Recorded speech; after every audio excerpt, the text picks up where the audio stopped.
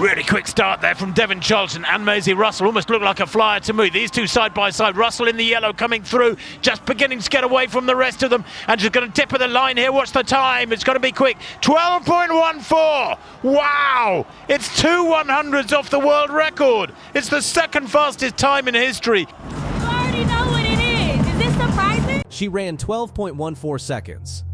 The second fastest any woman has ever cleared 10 hurdles in the history of the sport. She missed the outright world record by 2/100ths of a second, not 2/10ths, 2/100ths. The woman whose record she almost broke, Tobi Amusan, was in the same race and finished second, 14/100ths of a second behind her. This happened on May 23, 2026, in Xiamen, China.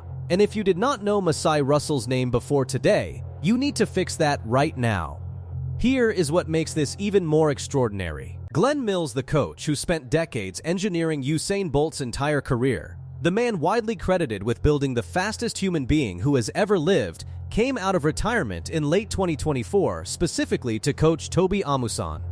When he took her on, he called her a true professional and sent a direct public warning aimed at her rivals, naming Masai Russell specifically. The architect of Bolt's legacy looked at the competitive landscape and pointed at one person as the threat. Russell almost broke the world record anyway. With Mills in the opposite corner, Masai Russell was born on June 17, 2000, in Washington, D.C., and grew up in Upper Marlboro, Maryland. She started with gymnastics and ballet like a lot of young girls do. She had 3 older brothers. She grew up racing people bigger than her, faster than her, older than her every single day just to stay relevant inside her own house. By elementary school, she was the fastest kid at every field day, boys and girls, with 0 formal coaching. She has said herself there was something about track she could not stay away from. That competitive instinct was never taught. It was just always there. Her road to college was not clean. She was an 8-time national high school champion and a 2-time national record holder out of Bullis School in Potomac, Maryland. She verbally committed to Texas A&M. One day before the national signing period opened, that offer was pulled. Gone. She signed with Tennessee largely out of trust for one assistant coach. She never visited Kentucky. Had 0 interest in it. And yet that is exactly where she ended up, walking into a program that had already produced Kendra Harrison and Olympic champion Sydney McLaughlin. By 2023, she had broken the collegiate record in the 60-meter hurdles indoors running 7.75, and the collegiate record in the 100-meter hurdles outdoors running 12.36 at the Texas Relays. She earned 11 All-American honors. She landed on the SEC academic honor roll multiple times. The same discipline driving her on the track was never separate from everything else in her life. Then came Budapest, the 2023 World Championships. She made the semi-final and hit a hurdle. The momentum from one of the most dominant collegiate hurdling campaigns anyone had seen in years collapsed in one misstep. She did not make the final. She turned professional straight after that, walked away from her remaining eligibility, and entered one of the hardest stretches of her career. No shoe sponsor, no team trainers, no automatic platform. Just a 23-year-old in Lexington, Kentucky, training with her longtime coach Lonnie Green, trying to rebuild her confidence from scratch. She has admitted publicly to something most people would never guess about an Olympic champion: a genuine fear of colliding with the hurdles themselves. A fear that had quietly undercut her performances for longer than she ever let on. She has described what followed as a downhill spiral, overthinking her technique, doubting her own starts, quietly putting herself back together one training block at a time with nobody outside her circle watching. In early 2024, she finished 4th at the World Indoor Championships in Glasgow. Nike finally signed her after that. The rebuild was paying off. At the 2024 U.S. Olympic Trials, she won the 100-meter hurdles outright, running a personal best of 12.25. Then came Paris, the Olympic final. Russell versus France's Cyrena Samba Mayela. She crossed the line in 12.33 and won by 1/100th of a second, a margin she has described as faster than a human blink. She became the first American woman to win Olympic gold in the 100-meter hurdles since 2004, ending a 20-year drought. Less than 12 months after hitting a hurdle in a Budapest semi-final, she was standing on an Olympic podium. The story could have ended there. It did not. In May 2025, she broke the American record running 12.1 at Grand Slam track in Miami. Then 2026 arrived and she looked like a completely different level of athlete. On May 16 at the Shanghai Diamond League, she won in a world-leading 12.25. 1 week later in Xiamen, she ran 12.14. New American record. Second fastest woman in history. Amusan finished second in 12.28. Devin Charlton, the world indoor record holder, finished third and set a new Bahamian national record just a place behind them. That is how fast this race was. Russell now holds 3 of the top 5 fastest times ever run by any woman in the history of the event. She has 7 of the top 20 performances in all of history. No other active hurdler is close to that kind of consistency on the clock. The world record is 12.12, set by Tobi Amusan in Eugene in 2022. Russell is 2/100ths away. She has said publicly she is going to break it. She does not know exactly when, but she keeps getting closer.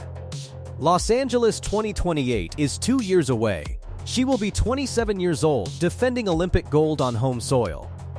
In what should be the absolute prime of her career, Glenn Mills is in the opposite corner trying to stop her with the same tools he used to build Bolt's legacy. And she almost broke the world record anyway. What happens when she is even more ready than she already is? This is all about Femke Bol. Femke Bol, 2-time world champion in the 400-meter hurdles. And that is an outstanding performance. World record holder in the indoor 400 meters. Time! She has smashed her own world record. And now she's looking to add something new to that list by stepping up to the 800 meters. 5 days. That is all the time Femke Bol had between her very first outdoor 800-meter race and the biggest moment of her new career. 5 days between finishing second in Ostrava and walking onto her home track in Hengelo in front of thousands of Dutch fans who were all asking the same question: can she actually do this? And what happened next, nobody saw coming. Not like this. If you do not know Femke Bol, here is what you need to understand. She is not just a good athlete. She is one of the most dominant track and field athletes of the last decade. She is a 2-time world champion in the 400-meter hurdles, winning in 2023 and again in 2025. She has 4 Olympic medals, including gold from the Paris 2024 mixed 4x400-meter relay. She went 5 straight Diamond League seasons in the 400-meter hurdles without losing a single race. 5 seasons, not 1 loss. She holds the world indoor record in the flat 400 meters at 49.17 seconds. She has 11 European gold medals. She is without question one of the greatest Dutch athletes who has ever lived.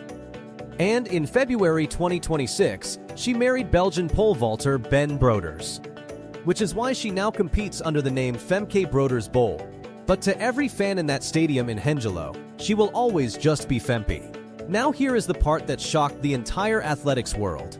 In October 2025, just 3 weeks after winning her second world hurdles title in Tokyo, Femke went on Instagram and told everyone she was done with the 400-meter hurdles. Done. Finished. She was moving to the 800 meters. A completely different race. A completely different world. She said it herself: the 400-meter hurdles has given me unforgettable memories and shaped me into the athlete I am today. But I am driven by the need to push my boundaries. She was at the absolute top of her event. She had nothing left to prove. And she walked away anyway. That tells you everything about who Femke Bol is. Her first serious 800-meter race came on February 8, 2026. In Metz, France, she crossed the line in 1 minute 59.07 seconds. On her very first try, she broke the Dutch indoor record. But she did not get carried away. She told reporters straight, "I am not living in a fairy tale. It is an illusion that I can immediately compete with the best in the 800 and win. That will take time." Honest, grounded, and then a foot injury stopped her cold. Her indoor season was over before it really started. She flew to South Africa to rebuild, to train, to get herself right again. Then on June 16, 2026, she made her outdoor debut at the Ostrava Golden Spike in the Czech Republic.